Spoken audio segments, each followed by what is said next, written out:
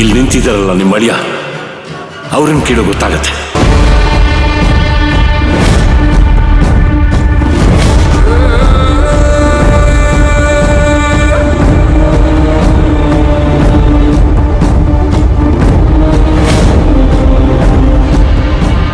ಅಯ್ಯೋ ಮಾವ, ನಾನು ಯಾಕೆ ಮಾಮ ಇದನಿಗೆ ವಿಷ ಕೊಡ್ಲಿ?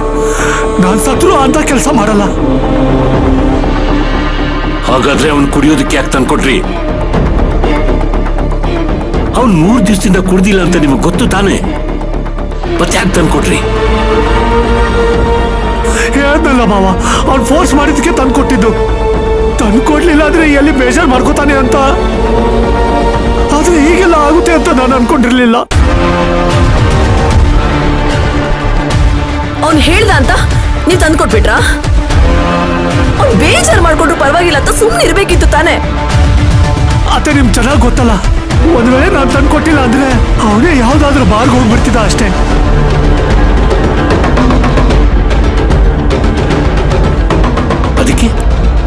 ಅದಕ್ಕೆ ಅಂತ ಅವನಿಗೆ ಲೋಕಲ್ ಡ್ರಿಂಕ್ಸ್ ತಂದ್ಕೊಟ್ರ? ಅವನು ಅಂಥದ್ದೆಲ್ಲ ಕುಡಿಯೋದಿಲ್ಲ ಅಂತ ನಿಮ್ಗೆ ಗೊತ್ತು ತಾನೆ. ಫಾರಿನ್ ಡ್ರಿಂಕ್ಸ್ ಅಲ್ಲಿ ಕೇಕ್ ಬರ್ತಾ ಇಲ್ಲ ಅಂತ ಲೋಕಲ್ ಡ್ರಿಂಕ್ಸ್ ತಂದ್ಕೊಡಕ್ ಹೇಳ್ದ.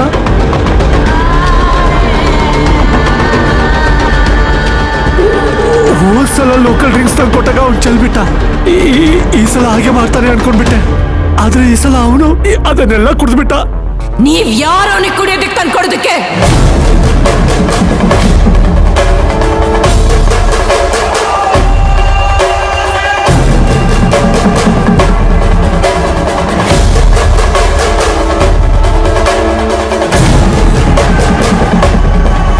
ಕುಡಿಬಾರ್ದನ ಕುಡಿದು ನನ್ನ ಮಗನ್ಗೆ ಸ್ಥಿತಿ ಬಂದಿದೆ.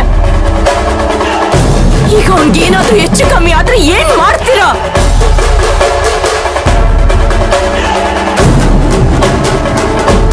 ನನಗ್ ಗೊತ್ತು, ನೀವೆಲ್ಲ ಸೇರ್ಕೊಂಡು ನನ್ನ ಮಗನ್ಗೆ ಏನಾದ್ರೂ ಒಂದು ಗತಿ ಕಾಡಿಸ್ಬೇಕು ಅಂತ ಎಲ್ಲ ಪ್ಲಾನ್ ಮಾಡ್ಕೊಂಡು ಮಾಡಿದ್ದೀರಾ.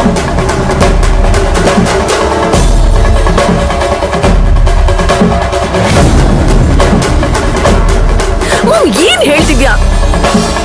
ಅವ್ನು ನನ್ನ ತಮ್ಮ. ಒಡ ಹುಟ್ಟಿದವ್ರಿಗೆ ಕೆಟ್ಟದಾಗ್ಲಿ ಅಂತ ಯಾರಾದ್ರೂ ಬಯಸ್ತಾರ? ಪ್ಲೀಸ್ ಮಾಮ್, ನಮ್ಮೇಲೆ ಈ ರೀತಿ ಅನುಮಾನ ಪಡಬೇಡ. ನೀನು ನಿನ್ ಗಂಡನ ಪರ ವಹಿಸ್ಕೊಂಡು ಮಾತಾಡ್ಕೊಂಡು ಬರ್ಬೇಡ ಸಮಂತ. ನೀವೆಲ್ಲ ಸರಿಯಾಗಿದ್ದಿದ್ರೆ ನನ್ನ ಮಗನ್ಗೆ ಈ ತರ ಪರಿಸ್ಥಿತಿ ಬರ್ತಾ ಇರಲಿಲ್ಲ.